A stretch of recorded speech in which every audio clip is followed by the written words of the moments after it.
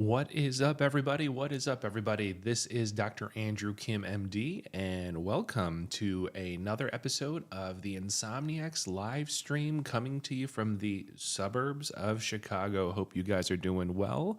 It is pretty cold here in the Chicago area. And tonight's episode, for those of you who are joining, I see a few people are already here, and I appreciate you very much. We are going to be talking about a couple different topics. First topic for the first half, we are going to be talking about a popular topic. That's why we're going to keep it casual and light today. We've been doing a lot of conspiracy theory, healthcare trending kind of topics recently, but we're going to do some culture. And we're going to do some culture, but you know what?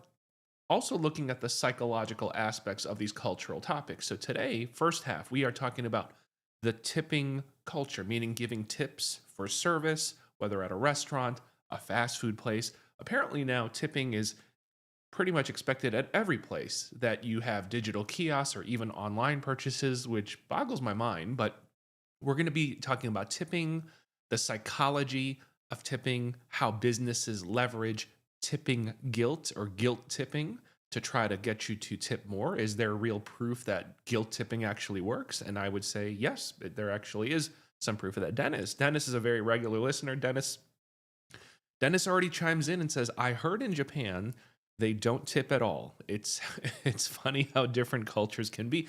I've heard that too, Dennis. I mean, I come from a Korean background, but I've actually read that several times too. That in Japan, I've never visited Japan, so but I've heard that numerous times. Anyone who's watching this on a recording, or if you join live later, is that true? Is that I've never visited Japan. I would love to. That's on my bucket list. But so Dennis says there's no tipping in Japan. So we're going to be talking about the tipping culture, and I want to hear your viewpoint. Some of the things I want to go over today would be just some of the psychology behind leveraging these digital kiosks and point of service screens, and does that really make a difference for businesses? Um, you know, the general sentiment is kind of growing in our society, in America at least, that tipping there is some tipping fatigue, and I want to hear from you as the viewers. Are you experiencing tipping fatigue? Are you experiencing any kind of lashback anger at particular businesses and annoyance at certain businesses? And what is that balance? How do you personally balance wanting to utilize tips to show appreciation for someone in the hospitality industry, balanced against feeling like you're getting ripped off? Right? The counterpoint is typically, why are we subsidizing businesses? The businesses themselves should pay for uh, wages for their employees. Why are we doing that as the consumer? Right? So let's talk about that. I want to hear your opinions. I am not a business major, not a MBA, I'm not a CPA, so I don't even know what's right in terms of the economics of how much a business should or shouldn't do that. How much would that affect small mom and pop businesses who might need to have their hospitality workers and service members subsidized by consumers tips? So let's talk about that. So Carrie, thank you for joining. Carrie is one of our regular listeners as well. um in the second half, we're going to talk about shrinkflation. Basically, look, the trendy term for you basically getting less of something, even though the price stays the same, or in some cases, a double whammy where you're getting less of something and the price is going up with inflation. So, whether it's fast food, grocery items, let's talk about shrinkflation. Is it actually happening? Again, I'm just talking about this more from your psychological perspective of how you react to that. And just, I want to hear your anecdotes. I want to hear your anecdotes of what you've witnessed yourself with your own eyes in your own life about the shrinkflation. I'm going to share a couple of mine when it comes to places I eat at or places my kid likes to eat at. And now I just cringe when I go to some of these places. And we'll show some images and photos and talk about shrinkflation a little bit. So we're keeping it light today. We're talking about more pop culture, everyday culture. So let's dive into it. Let's talk about the tipping culture. All right. And Carrie has some comments, which we'll get to in a second. So let's talk about tipping in general, right? Let's look right now. And I'm sure these images on the screen, at this point, you might actually have an adverse reaction, a visceral reaction to visceral reaction when you see this, because no matter where we go now in American society, this is what you're faced with, right? This is what you're faced with. So whether it's at your McDonald's, whether it's at a store at the mall, if you even go to the mall anymore. So we not only see these at restaurants and diners, right? Food industries where we were kind of more accustomed to seeing this. We see this on Uber, rideshare apps. You see this literally at a retail store. Someone might scoop you an ice cream at the ice cream shop, and you see this coming up on the electronic kiosk. This is everywhere. And I want you to look at this, right? I want you to look at this. What's always fascinating about this, too, when you look at it, think about how subtle, but it might be obvious slash subtle at the same time. But, right, by default, right, you see these pre-made choices 25, 20, 18, 15%, 30%. I've even seen some places where there's default buttons for 35% tip. It's insanity. It's insanity, right? And it's always fascinating, right? Because you then have to usually, I'm not going to say always, but usually you have to go out of your way to then either hit a customized tip, let's say if you want to leave a buck, because you want to show some appreciation.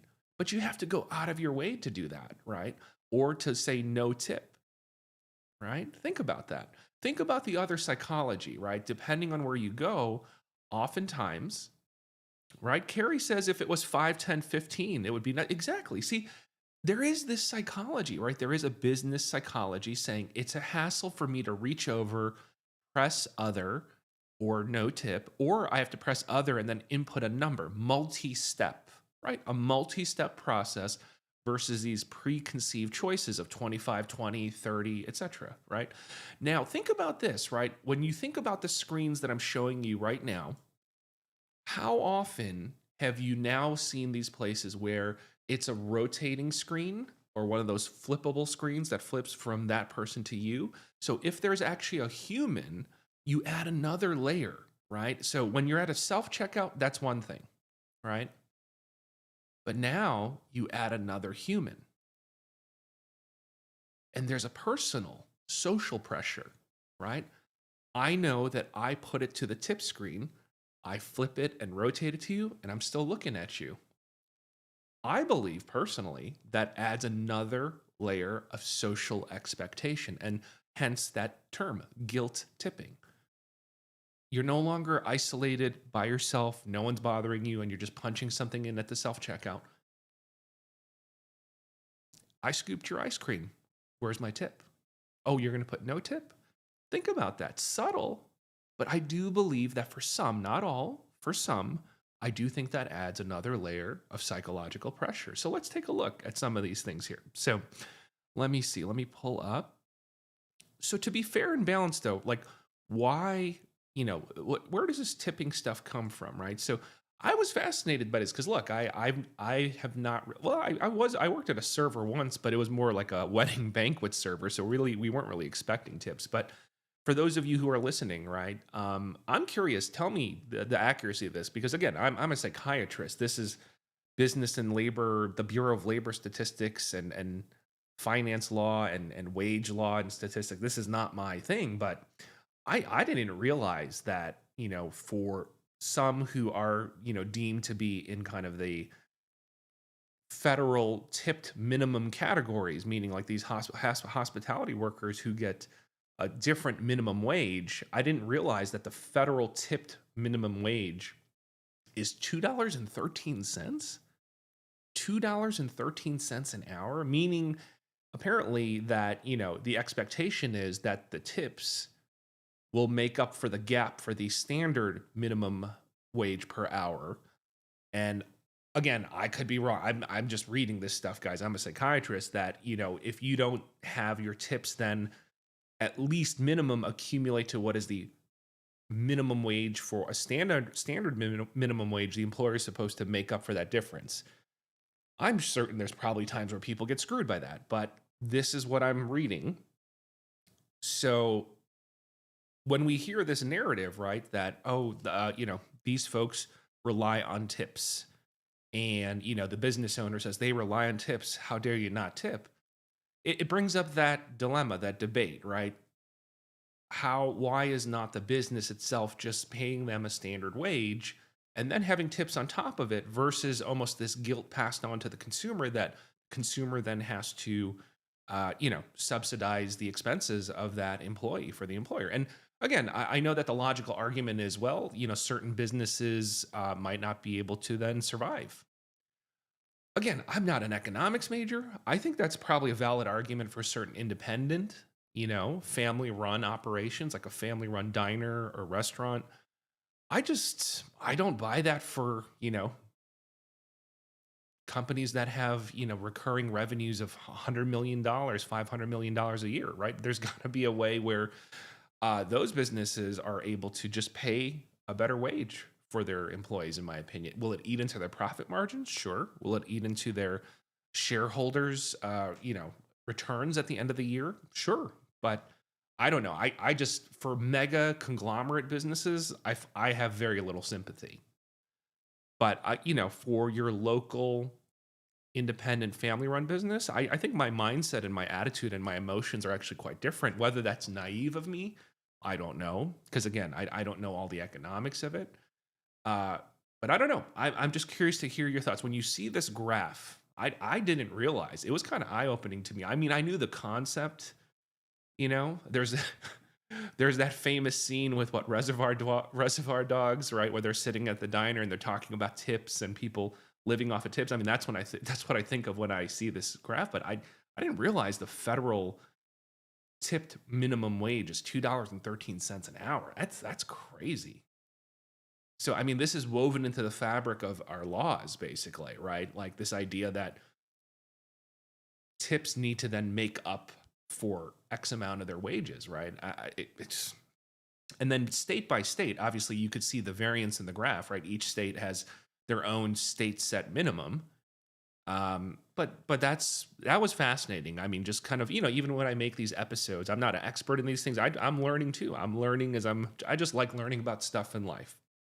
But so let's talk about this. So let's go back to the psychology, right? And why was I ranting about that example about the kiosk and the rotating of the screen? So there have been some studies. I'm not going to say they're the most rigorous studies, but from a few studies out there. Here's one from Payments Intelligence that does consumer surveys. And apparently there is a benefit to these businesses to use digital payment systems, right? These digital screens and kiosks, because you can see here when you use at the bottom of that bar, the tip jar, the cash jar. So I want to ask you a question in just a minute. So pay attention to this one for those of you who are still on here. They're saying that for the tip jar compared to a digital screen, you can see 15% versus 10%. Consumers are likely to give 50% more. 50% more, right? Relatively speaking, compared to the tip jar, 15 versus 10. So 5% more, 50% more than a physical tip jar. What do you think about that? So when you think about what we said, right, like the preconceived, choices 15, 20, 25, 30% versus like just that glass jar where you pop that dollar bill in. Do you think this is true? I'm just curious. So for those of you here, do you think of a physical tip jar versus a kiosk jar, whether you actually want to tip or not? I'm just curious, what is the actual result? Do you think when you just think about the last 1 month, and if you think about where you've been, whether it's been a coffee shop, Starbucks, wherever, and you see the tip jar, do you think you tend to tip more like on the app or a digital screen versus what you do with this? And if you do you think that's a reflection of, I don't carry cash as much anymore? Think about the day and age we're living. Right now, we just do Apple Pay with our watches, right? Apple Pay on our phone, Zelle, contactless payments, right, through your phone. And is it as a result because you're just not physically carrying cash? It's a hassle, and that's why it's less? Or do you think it's because of some of those pressures we talked about on the digital screen? I'm just curious, what are your own experiences? There's several people still here. Do you think the physical jar versus the digital jar, the digital payment actually makes a difference in how much you might actually give? Just curious. And as you're thinking about that, let me read a few comments here. Carrie Carrie says, tipping is ridiculous. I always intentionally tip 1 penny to send a message. If I select 0, they might think I accidentally pressed notes. So Carrie, that I'm going to call it. So that's the pissy penny, or that's the anger penny. What should I call it? It's the that's the I'm gonna send you a message penny. That's I've never heard that before. You're you're making me crack up here, Carrie. So you're gonna you put a penny to send a message. So mm, that is I've never heard that one. So Carrie also says where I live, the tipping prompt is 20, 25, 30. So I always do custom. Yeah, yeah, that's what I'm saying. It's and says she also says I'm not Carrie also said, I'm not tipping 30% for a $2 cup of drip coffee. Yeah. Yeah. No, I hear you. I hear you. So, um, let's see. Oh, okay. This is an interesting one. So let's look at, I want to, read Carrie's comment here. This is a very interesting one. It says, I'm going to pin this comment too. Let's see here. I'm going to say pin message. I like this one. I'm going to pin your comment here up at the top, Carrie, of it says, I'm insulted when I order takeout and when I pick it up, they dare to present a tip prompt. The tips are literally for service and there's no personal service for takeout. So that's a good one. I like that one. Okay, that's why I'm going to pin that for this video, even for people who watch this when it's recorded. What is your take on that? So not when you're dining in and you have a waiter or waitress serving you throughout the entire dinner experience or lunch experience or whatever. You're literally doing takeout. What is your reaction, right? What is your mindset?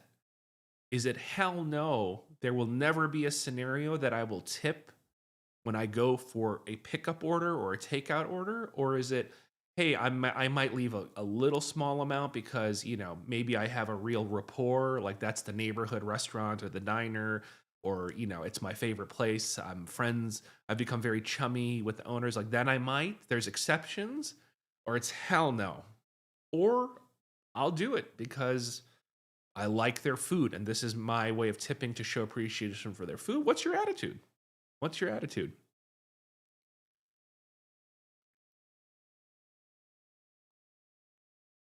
Chuckles is joining us. Thanks, Chuckles, regular listener. Chuckles says, tax of the bill, so multiply times 2 the tax of the bill and usually cash. I've asked servers what they prefer, cash or on the card. They always say it doesn't matter, no pressure. Gotcha. Okay. So what do you guys think about the takeout concepts? Well, why don't you answer that while I pull up some more stuff here? Let me take a look at the next graphic. Let me see which one was this. Okay, we already looked at that one. So tipping number 5, there we go. So here's another thing. So we talked about digital screens versus the physical tip jar. Here's an interesting thing. Same thing. This is from the same survey company, just to make sure that's their data. This isn't me. It's Payments Intelligence says, let's look at the social pressure. So again, bringing it back to the psychology of this, right? So interestingly, when you look at the average share of purchase price that someone is tipping in different scenarios, right? Look at that bottom graph. When no one is looking, they found that the consumers they surveyed would say they would tip about 10%. So you're at some kind of, kiosk or you're pressing buttons on a screen. No, there's no human there flipping the screen to you. So some form of like self-checkout. 10%. Okay. When there's pressure from when the stranger is around you, like the cashier or somebody, it goes up to, well, I'm sorry, not the workers. That's the last one we'll talk about. Just the strangers looking and they know you're tipping. So even just people around you, I guess, it goes up by a couple percentage points. Then you know that your family or friend is there. And you can all imagine there's probably some scenario where someone has said to you at some point when you're sitting at a restaurant, like, oh, that's all you're going to give? Come on, you should give more. Oh, you can get more than that. So family member or friend, that makes it go up by 50%, 10% to 15, kind of like what we saw, physical tip jar, digital. So a family member or friend seeing you tip raises the tip amount by about 50%. And then the worker itself, the person who's actually getting the tip, you're actually interacting with them, handing the check back, screen flipped around to you. That causes another 50% increase as well. So when no one's looking, 10%. When it's the actual worker who's getting the tip or a friend or family member knows that you're giving a tip and they're witnessing it, those seem to add this societal pressure. And even when you're just around other people, maybe there's people hovering behind you in a long line, right? So think about it, right? I've been to some places where I like drinking like bubble tea, and they have these kiosks at these busy places, just long lines behind you. So there's people hovering real close.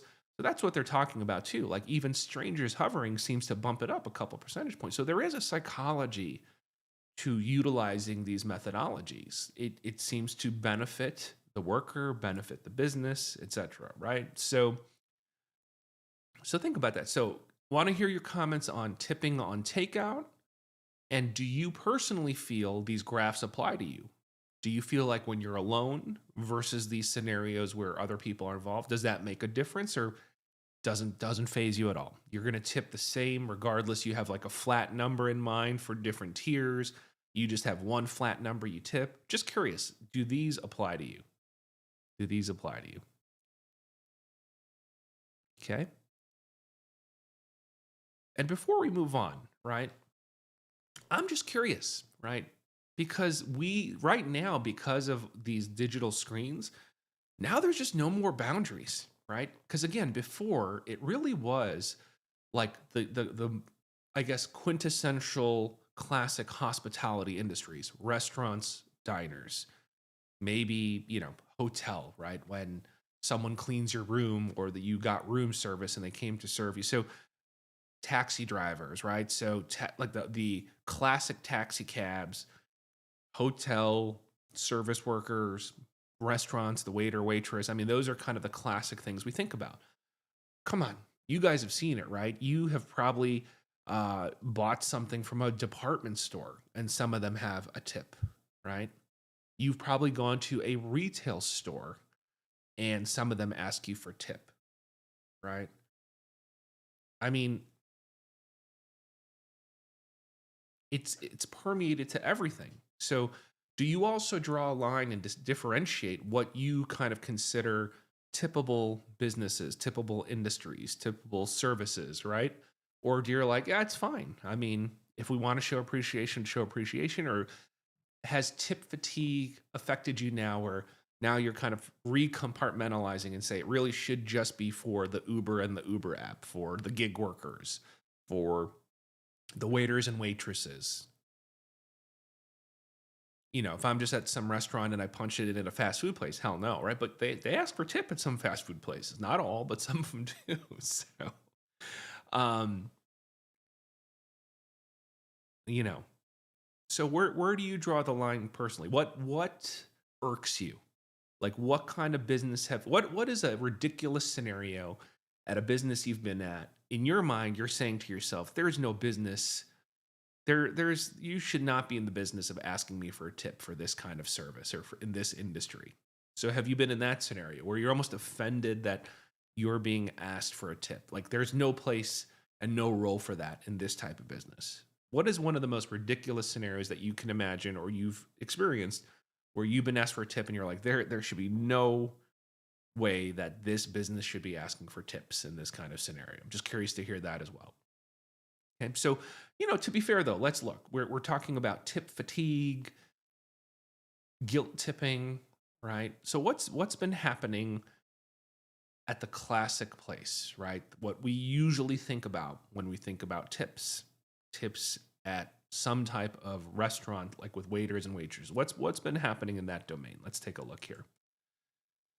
So, interestingly, again, I don't know how comprehensive this data is, but looking at, this restaurant data, food truck. Chuckles says food trucks, no tips. No tips at the food trucks. Okay. Chuckles, while I'm reading off this graph, what is the rationale? I don't know. I'm just really trying to earn. What is the rationale for no tips from the food trucks? Or does it matter what type of food truck, right? If it's like some chain food truck where there's like 50 of them and they're doing well as like almost like a mega business on wheels versus that standalone family food truck. I'm just trying to be devil's advocate here, right? Do you differentiate, or it's just food trucks in general, and how come? Just curious. So look at the restaurant tipping rates, right? The dark purple that you see on the screen here, that's 2024 data. And interesting, it looks like, tipping restaurant servers 20% or more has actually gone down in comparison to 2023, 2022. Even those who are, tipping 15% gone down as well. So interesting. Interesting.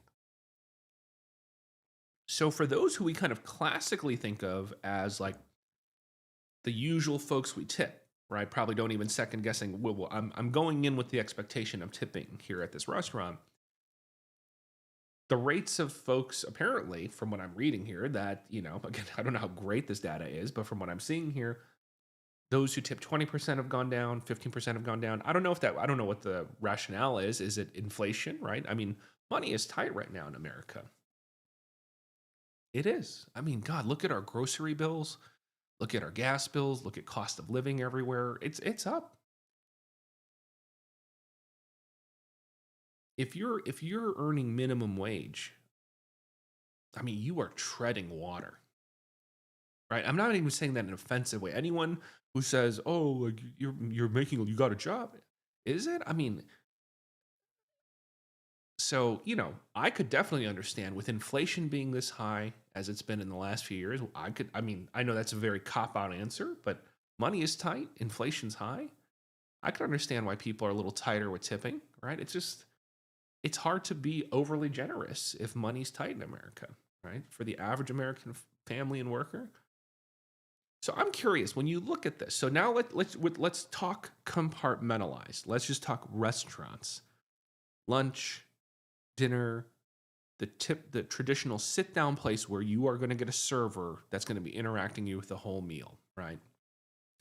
Not the middle ground kind of like they bring it out to you and that's it, and then it's really kind of like serve yourself. I'm saying like it's a traditional, the waiter waitress is going back and forth from the diner to your table throughout the entire meal. What do you consider, type it out guys, what do you consider an average standard tip, and what do you tip someone when you're like, man, they really did a good job for me? And I'm not going to judge, I'm not judging. I would really like to hear. So there's several people here. Put it in the chat. What do you consider standard? Just for, yeah. I mean, it was fine. There was no problems at our meal, but nothing memorable, I guess. Whatever that means, memorable service. But like, what do you consider standard?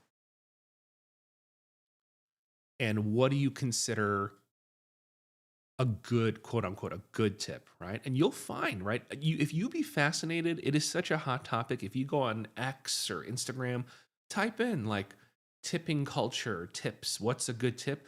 You will see a spectrum of responses. I regret that I didn't do some screenshots of some of these responses, right? You get people on one side of the spectrum who are like, you shouldn't expect any tip. Tell your business to pay you, right? And you get servers and people are like, F you. If you can't afford to tip me 25, 30%, don't eat at this place. So you get the whole spectrum. You get the whole spectrum of responses. So again, in a dining scenario, for you listeners out there, what do you consider average, the standard or average for you? And what do you consider a good tip? I mean, look, I'm going to say right now, judge me all you want. I'd say for me, like standard, if everything was fine, like you didn't detract from my experience of eating there at a standard. I mean, I'm talking like cheesecake I'm not even talking about fancy. I rarely go to fancy places. For me, it's like usually I just for the sake of simple math, I just do 20. So sometimes 18, 20. So I usually do 20% for me is like everything was fine and you were very polite and fine. I mean, I usually do about 20%. And then I don't think I do it often, but like, if it's maybe a little bit of a slightly fancier place, or let's say someone was just really, really nice, really sweet. And, if anything, gave the experience that extra touch that maybe on that rare date night, like me and my wife will go out on, did make it a little bit more memorable and warm and nice of an experience, then yeah, then I probably will just maybe do like 25%, right? So usually it's somewhere in that 5 to 7% threshold. And I do. I'll admit, I'm not above the fray of like, oh, I have a hard line. I think I said about even if it was bad. I'm not saying like they were offensive and offended me. Then I probably wouldn't want to give anything. But like, it was like, like but it wasn't really good service at all. Like, yeah, I don't think I ever really leave less than 15, and that's where guilt comes in because I'm just like, well, I don't know. I don't think they're doing it on purpose. Maybe they're having a bad day, but like, but usually, yeah, around 18, 20 is standard. 25 for really, really nice service, I guess. I don't know. I don't even know where I get that. I think it was just from modeling and watching my parents growing up. So what about you guys? Don't be shy. What do you consider average and what do you consider a good tip? And I'm from the Illinois area, so that's I don't know if regions make a difference as well, but and what your sales tax is. Last question I have is what is your reaction when you see a bill where it's pre-calculating the tip for you? And some restaurants try to do that. And how about when you see the tip calculated after tax versus the before the tax final bill or the price before tax? Some people get very worked up about that. Go Google that. go search social media for that. Okay? The before tax after tax phenomenon of pre-calculated tips, right? And how do you react to that? Just curious on that, right? So bottom line, right? I think there's nuance, right? It's hard because I'm not trying to crap on service industry workers. Like again, I think it's a more global question of why can't businesses pay a wage where like they don't have to make tips to even get to the minimum wage standard, right? And again, theoretically, it seems like, businesses are supposed to close that gap if they don't average that standard average hourly minimum wage. I have no clue in theory, you know, if businesses truly honor that, but I also understand, right? There is an argument from business owners saying we'd go out of business if we had to pay them a standard wage. I don't know how true that is. So, I'm not going to be judgmental here because I don't know the economics of running a hospitality based business or a service based business like that. So, but I do think there is tip fatigue. I think we're inundated with it a little too much. I do think boundaries need to be brought back up. That I really, I do get obviously, I do get irked. I do get irked when I go to some random retail store where I've literally just shopped on my own, brought the thing to the cash register, and there's just like a weird automatic, do you want to tip me kind of thing. Like that's where I do get irked. I'm like, and I do, you know what? I do want to send the anger penny that Carrie was mentioning. Carrie mentioned tipping 0.01 of 1 cent just to send a message. Maybe I'm going to start doing that at those retail prices, at those retail places. So, but yeah, I do think it has led to annoyance. So I know that there's always these pop culture articles that get churned out, but this one actually resonated with me because, I'm like, I do get irked and I do get annoyed. And I'm asking myself, how come?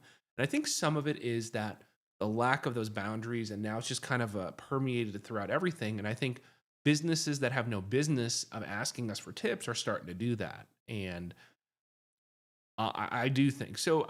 Out of curiosity, last question on this before we move on, and then we'll read some comments. So, um,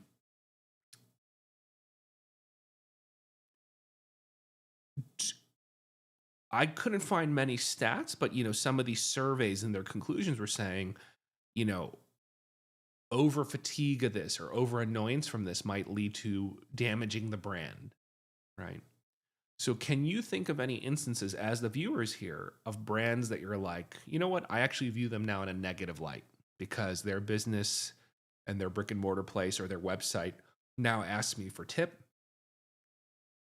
I don't think they have any role in asking me for a tip for this particular business.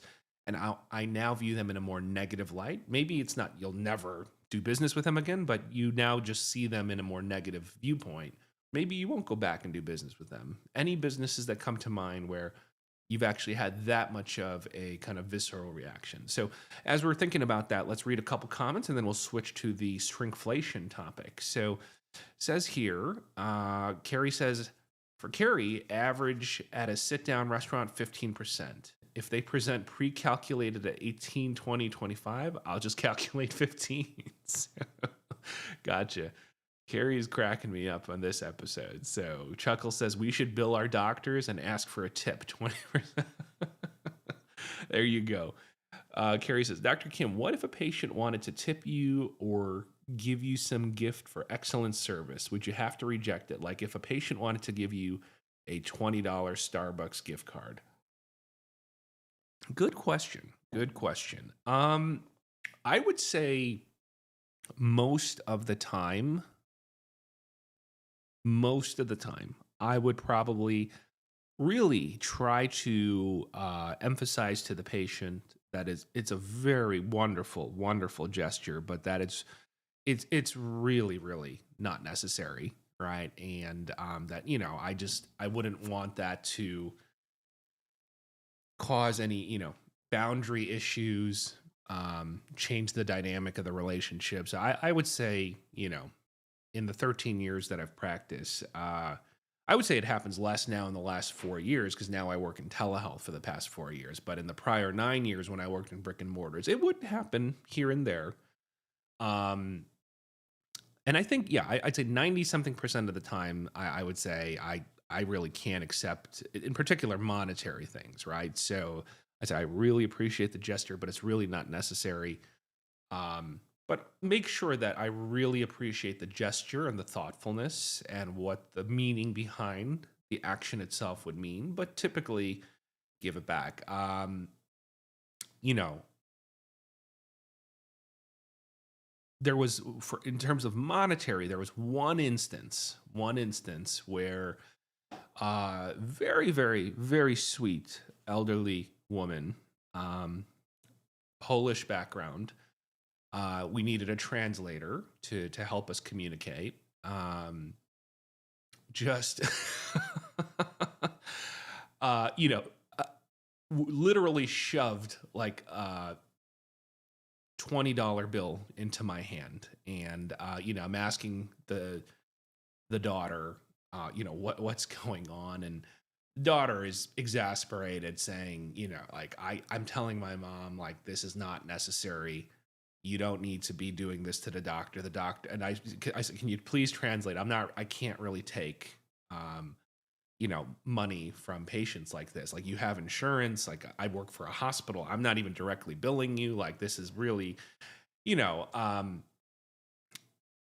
and and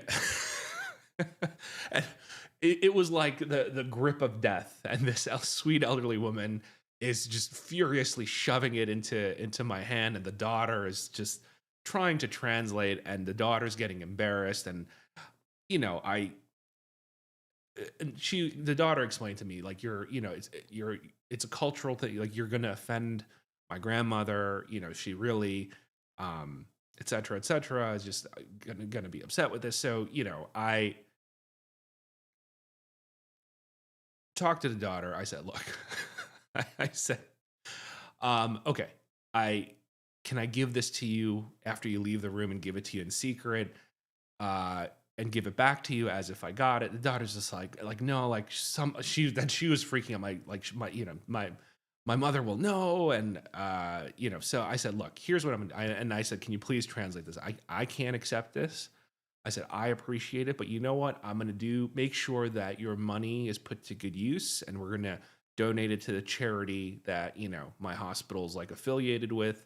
And I'm going to do it on your behalf so that, the people know that you were the one who was kind of helping the charity. And that's how, you're showing your thanks to me. I'm going to pay it forward. And the the mother, the elderly lady was very pleased, and she didn't feel as offended by me rejecting her gift. So it was really more of a cultural consideration. One of these rare exceptions, right? I didn't want to offend this lady, because because of the cultural considerations and everything. But that was probably the one time a monetary thing was not fully rejected, but we had to kind of negotiate it quickly on the spot of what we were going to do with it. So, but in terms of so Carrie, in terms of non-monetary, no, when it comes to like, people like I wove this knitted cap for you, I made this little Christmas ornament. Again, as long as it wasn't something where I knew that the patient went overboard and actually spent hard-earned money for it, and it was really more just a memento.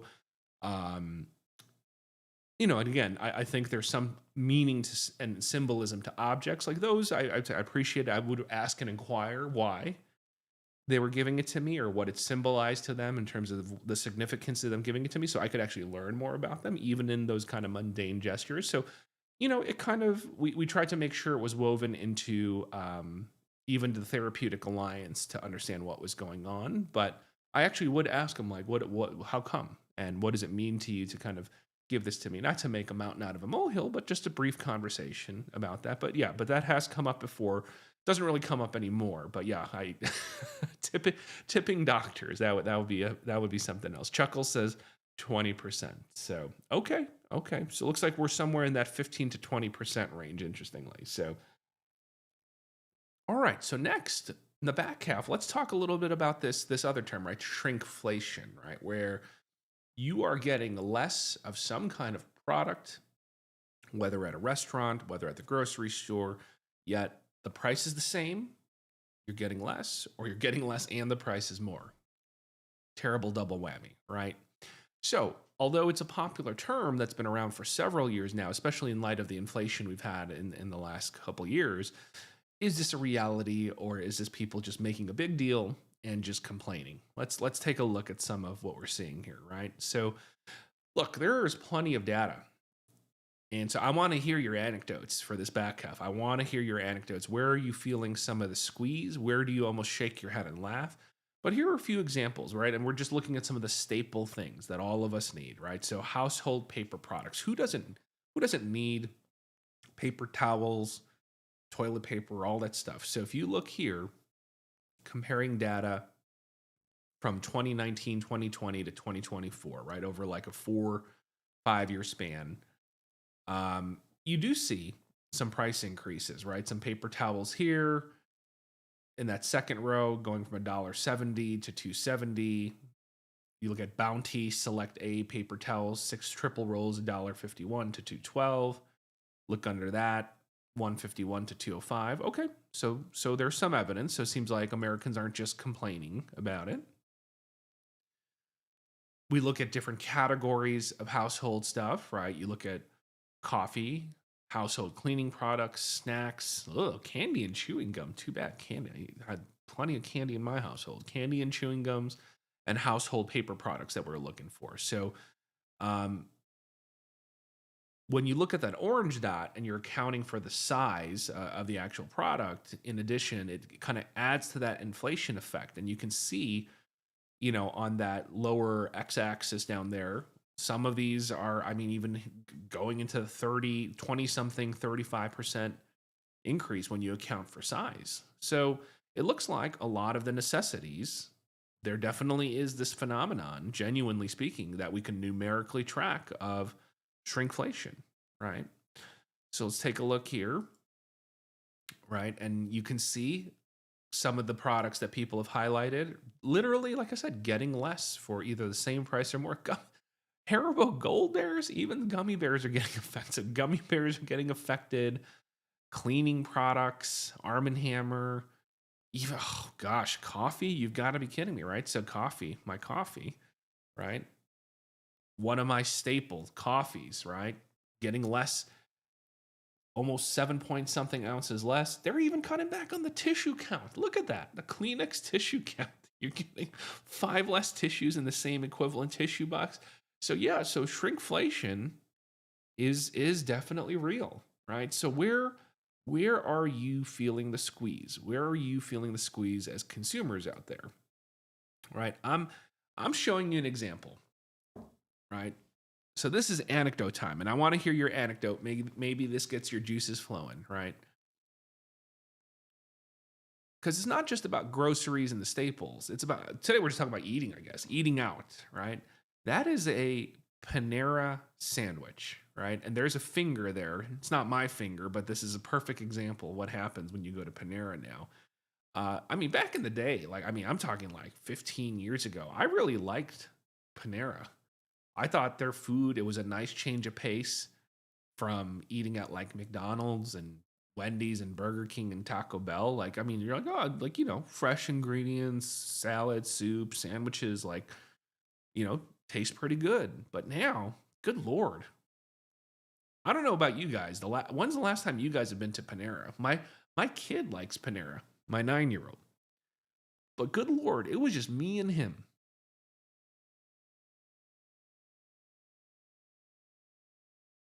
You know, he got what, like a soup and a baguette and a drink. I bought one of those you pick two combos of a sandwich and a salad and a coffee. Between the two of us for just that stuff, it came out to like $30, and I said, "What the? Where the hell are we eating? $30? Look, like, you know, I might as well have gone to like some really decent sit down place and got full service from a waiter and a waitress. $30 to eat at Panera, and then so on top of that, right? I don't. That's really not an exaggeration. That picture there, like the sandwich I got when I remember in my memory, right? The sandwiches I used to get at Panera back in the day, they were definitely bigger than this, right? I kid you not. I mean, I'm 6'1", 200 and oh god, I'm giving you my weight. I'm like 220 something pounds. I mean, 2.5 hefty bites. Yeah, I killed that sucker. I killed that sucker. So I, at this point, I told my kid, I'm like, once in a blue moon, if you really like whatever their soup, I'll go grab it for you. But I'm just gonna grab it for you. I'm not buying a sandwich from Panera anymore. I'm telling you right now, and I'm sorry, Panera, if you're hearing this, like you care. Nobody, Panera doesn't care about me. You probably never want to sponsor me. It's okay because I can't eat at your place anymore. If you're gonna charge that much for I'll go grab my butternut white bread, throw a couple of deli sliced meat from Jewel Osco. I'm good to go, man. I'm not gonna pay for that. Not gonna pay for that. Carrie says, I mean, shrinkflation is just inflation. Yeah, it is. It is. It's just a sexy term, right? So don't buy anything. Oh, let's see. Seeing a pack of 18 eggs go from $3 to almost 10. Yeah, it is. Yeah, it is inflation. It's just a variation of inflation, right? So it's just, we're seeing that double whammy of inflation plus shrinkage in the product size. So gallon of milk go from $1 to $4. Exactly. It's crazy. The necessities of day-to-day life, the luxuries, the mundane indulgences of eating out, it's expensive to be an American at this point. It is expensive to be an American, right? Look at this, right? And again, it's very popular on social media, right? You whatever you want to call it, inflation, shrinkflation. So you if you go on Reddit, right? So of course I want to credit Reddit. This isn't me. This is Reddit here, right? Look at that quarter pounder with cheese, right? And look at, of course, I mean it's a combination of false advertising, right? That's a different concept, but false advertising, inflation, shrinkflation. Look at the mirage of what you're supposed to get, right? With a quarter pounder and cheese, right? And then look at the reality, right, of the quarter pounder, right? You know what? It's just crazy. This is what we deal with, right? And when I, when I saw this on Reddit, what I got reminded of. So I don't know how old you guys are, but for those of you who are '80s babies and in your 40s like me, that might have made you think of this movie. Who remembers this movie with Michael Douglas called Falling Down? I obviously don't recommend that we reenact what Michael Douglas did in that movie, but and not to play spoiler. So, spoiler alert: if you haven't seen Falling Down and you're interested in watching it, I'm giving you fair warning right now of a few seconds to not listen to this part. But if you haven't seen Falling Down, or if you have seen Falling Down, you know what I'm referring to in the fast food scene of this movie. And if you go into your memory banks, for any of you who've seen Falling Down, uh, that image on the other side of the screen with a quarter pounder and cheese should trigger flashbacks to the restaurant scene, the fast food scene in Falling Down. That's what I thought of when he lost it there at the fast food joint, when he saw exactly what that Reddit picture shows. That's what it's reminded me of. And I'm surprised we don't have, maybe I'm obtuse, maybe we've had some Falling Down moments, Michael Douglas moments in reality at fast food places that are on social media and have gone viral with some of those crazy videos. But that's what I thought of, right? It's insane. So for those of you who haven't seen it, basically Michael Douglas is someone who got laid off at some defense contractor job. So he's kind of at a midlife crisis point. Think he's in some kind of custody battle with his kid, with the wife for the kid, and then is stuck in traffic and just basically lost it. I mean, like absolutely loses it while stuck in like LA traffic. And then it follows him throughout an entire course of the day where he snaps, goes over the edge, and every piece of angst that he has, whether it's about prices, about immigration, whatever, he just lets it all out in this kind of like violent, cathartic day. So for those of you who have not seen Falling Down, it is an interesting movie. So I think it's still relatable because it kind of talks, it kind of gets into the human psyche, right? Chuckles. So Chuckles says, good movie. The cashier stayed smiling and helpful. So Chuckles knows the exact scene that I'm talking about. So for those of you who have not seen it, I think it still holds to this day. I know it's an old movie. It's not going to be in fancy 4K. Some of the things culturally are going to be dated, so it's going to almost feel like a timepiece when you're watching this. But I still think because it actually, gets to the human psyche and what really kind of gets us to that edge where we're about to snap, I think it still holds true to this day. So I think it is a relatable film. Okay, but back to this nonsense of just kind of where we're at with these high prices, right? Let me toggle this one off, right? So with all this being said, right, all these consumer research places, New York Times, all these places that are doing surveys say, that for companies, these conglomerate companies, right, that are these mega brands, right? I mean, that are selling you the household basics, the McDonald's of the world. They're saying, this practice of milking this, giving you less for the same or more, milking inflation and maintaining margins instead of just accepting the fact that maybe margins are going to be smaller, that this can backfire and damage the brand image. Is that true? So that's Chuckles is cracking me up. You can't have my briefcase. So anyone who's seen the movie knows what that briefcase is about. But what about this concept, right? Companies that aren't willing to have some acceptance that their margins might be smaller during these times of inflation and just continue to pass it on to you as the consumer, or maybe still just taking advantage of you and saying, we're still going to make our wide margin, so we're going to jack up the prices. Screw losing margin. We're still going to make the same. You have no choice because we have an oligopoly, monopoly. Are there any brands that you've legitimately said they're no longer for me? Are there grocery chains that you're like, you know what? Screw that. I'm going to go to a value-based place, whether it be like Aldi, Trader Joe's, whatever, the local spot that's cheaper. I don't even know how to tier things. Like I've never been like a Whole Foods person. I look at that place and I'm like, damn, I don't know who can afford to go there. So whether it's actually due to choice versus you're like, I don't have a choice to do this, or you're just having, anger or negative reaction towards price gouging. But is that like, does that psychology hold true? Are there actual brands or companies you're like, screw them? Whether out of necessity or out of an emotional reaction, is there really brand damage? Or do we all just shrug our shoulders and we say it is what it is? What am I gonna do? I love their products. I love Diet Coke. I love getting myself a quarter pounder with cheese. It is what it is.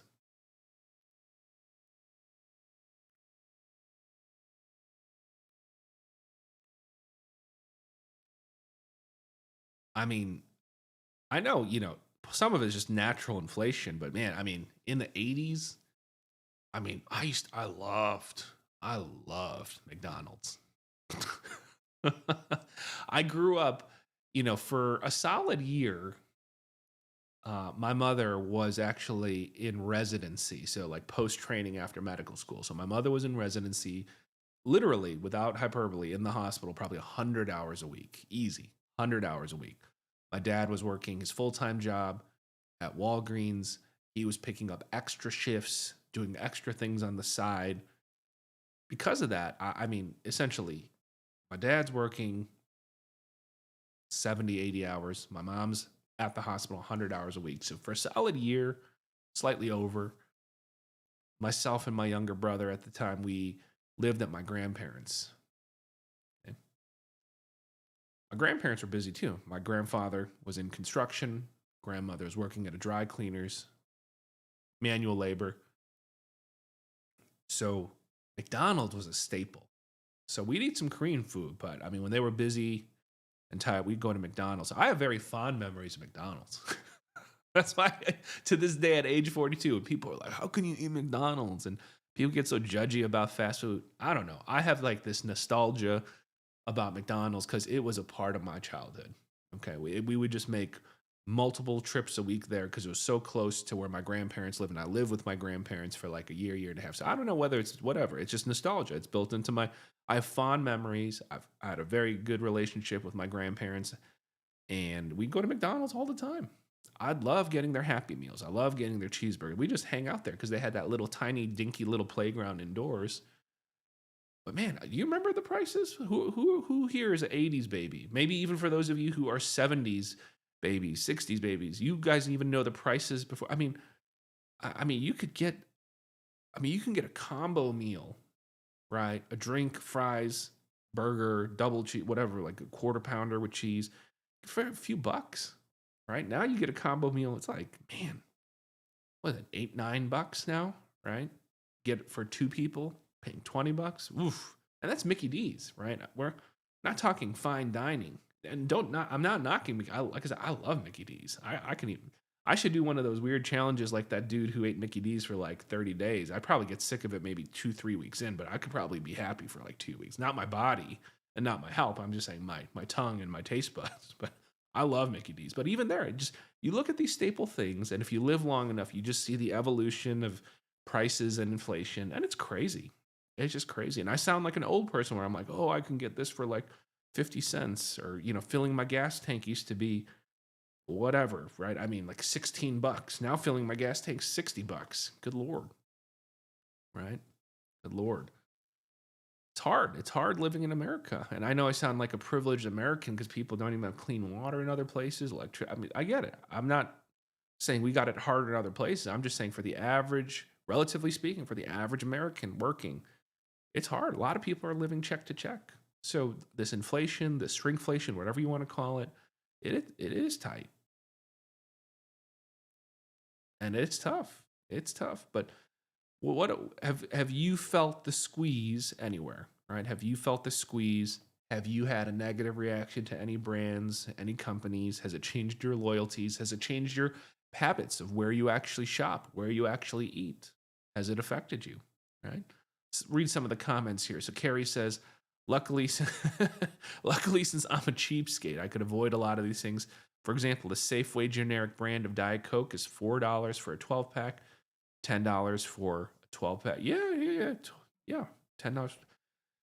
I hear you. I hear you. I mean, like, because even right. I mean, even back in the day, like, you remember those vending machines when they actually existed and there used to be more of them. I mean, I remember like the Safeway sodas. I mean, you could, what was it? It was like a quarter. You get a can of it easy. I mean, so yeah, I know. There's nothing wrong with Safeway generic brands at all.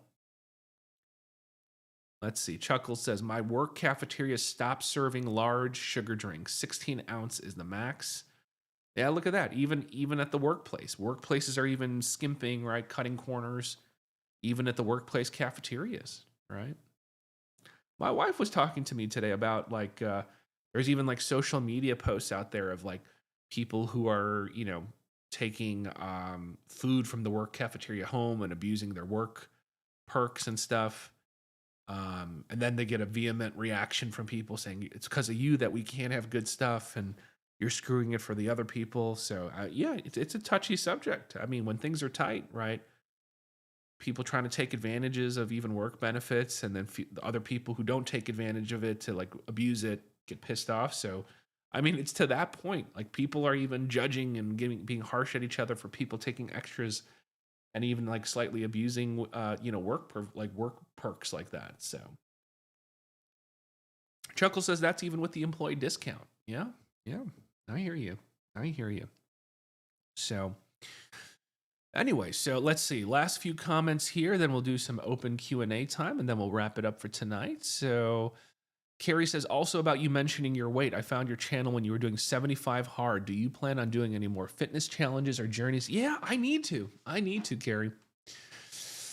I'm open for suggestions, Carrie, because, my New Year's resolution. So let's just do an update on that.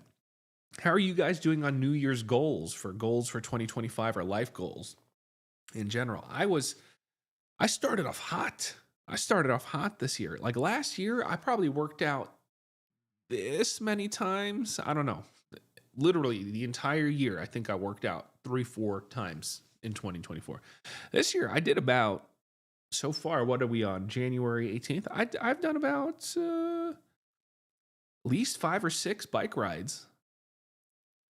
So I've almost equaled what I've done in 2024 in 18 days of 2025. I mean, on one hand, that's better.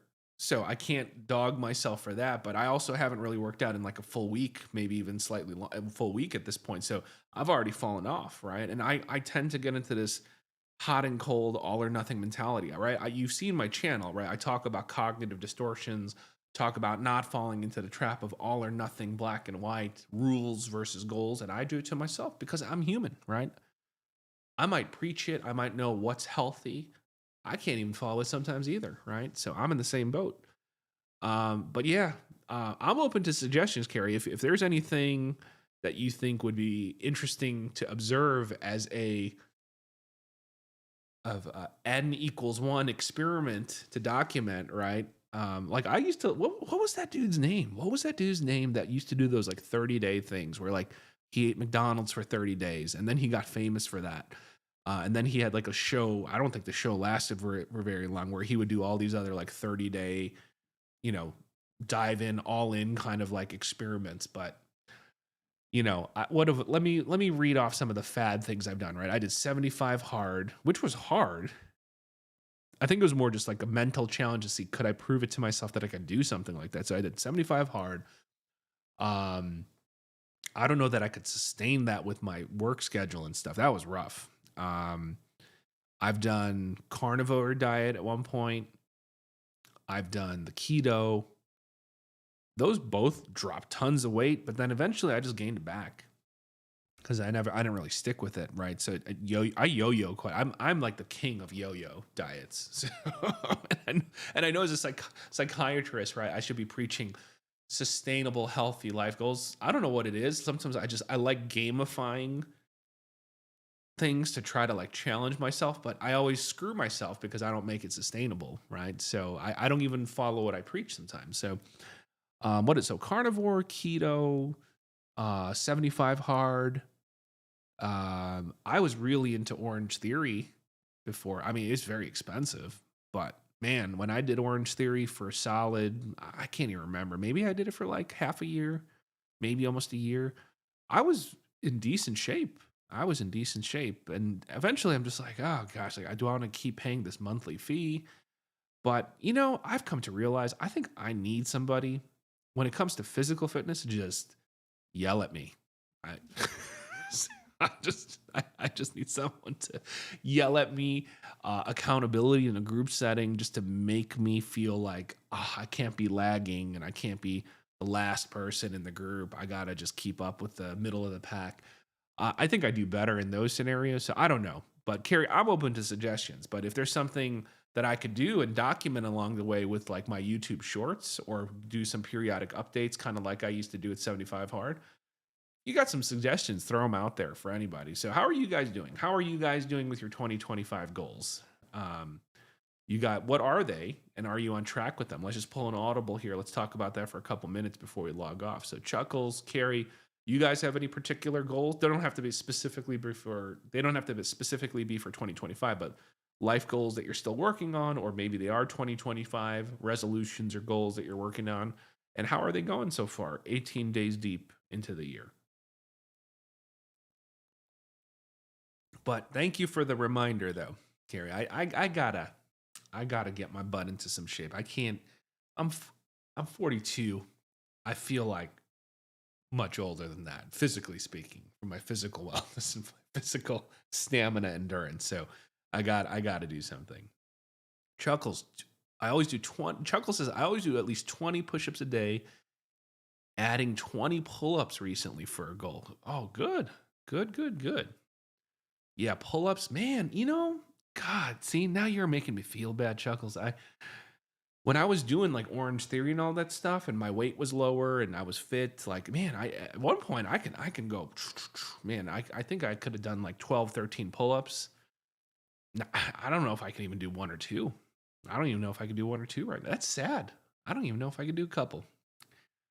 Carrie says, I'm trying to quit caffeine or at least seriously cut back. I've been fairly successful with only drinking caffeine twice a week for the past. That's good. Good for you, Carrie. Good for I'm being serious. Good for you because this is talking from one caffeine user to another. Right here, you know what this is? This is powdered Celsius mixed into water. And I got Starbucks instant coffee. Oh, which I love actually. Starbucks instant coffee in those tin cans. They're they're really good.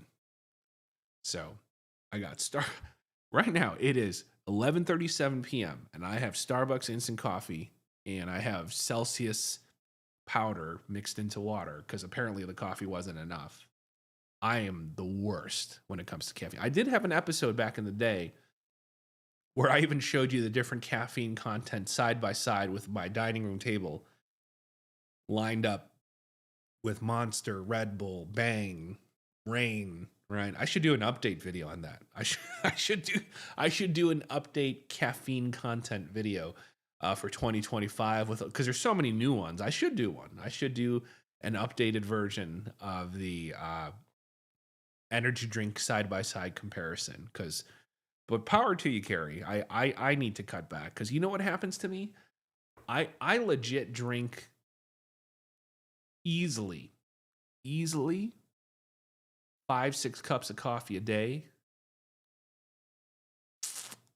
one energy drink, probably 3, 4 caffeinated sodas. That's like my Monday through Friday, easily. And that's a normal day. If it's a rough day, it's actually more than that. It's horrible. I'm gonna die. I'm gonna die from caffeine. I'm laughing. I shouldn't be laughing. I'm probably gonna have some kind of health consequence from that amount of caffeine chronically for years and years and years. So, and then what happens to me on and then I only cognitively recognize it partway through the weekend where because on the weekend I can relax. I might have a cup of coffee in the morning and then I'm okay until about like early afternoon and then I feel horrible. Every Saturday afternoon, I feel horrible. Even earlier today, I feel horrible. And I'm like, what is going on?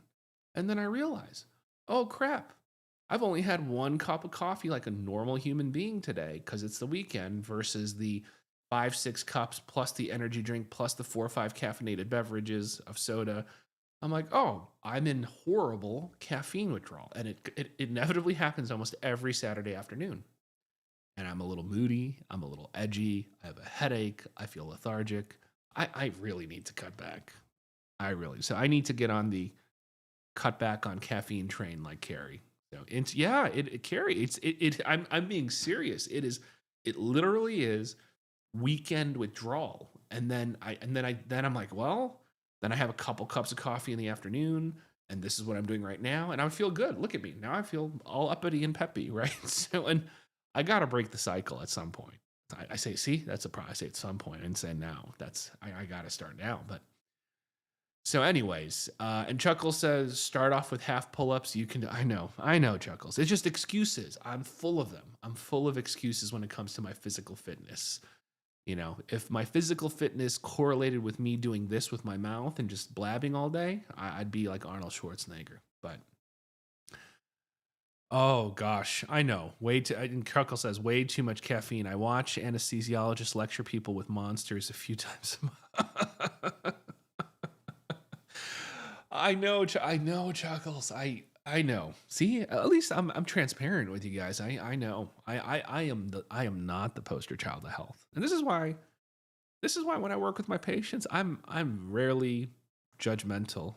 Like I said, I'm just trying to survive like you're trying to survive. So we all have our various vices and things, but yeah, if you got, I'm being serious, especially for you regular listeners, for the Chuckles and the Carries and the Dennises of the world.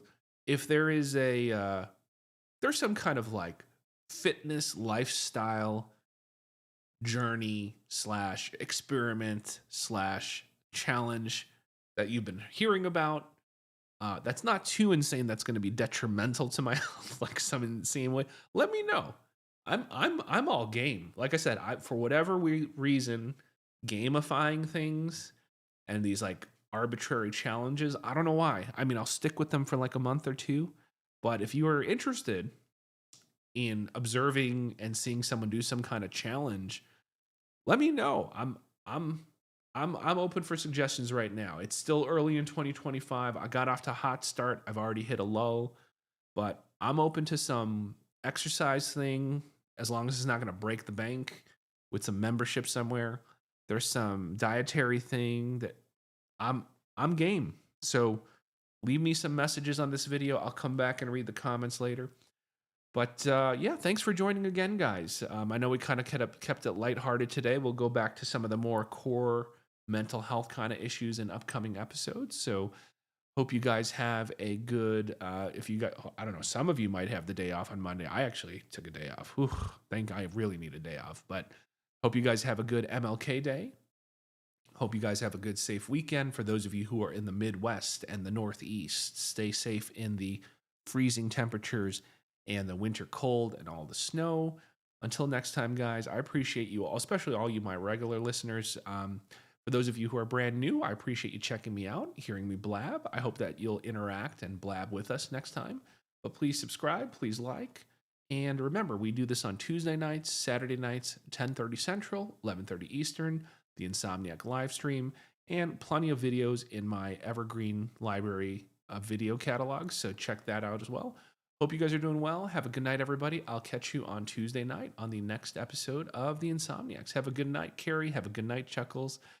How do you operate this rocket launcher? How do you operate this rocket launcher? Chuckles will end on that high note. For those of you who don't know what Chuckles and I are talking about, we are not terrorists. Go watch Falling Down, Michael Douglas, and you will understand what Chuckles and I are talking about. Have a good night, everybody. Until next time, guys, take it easy.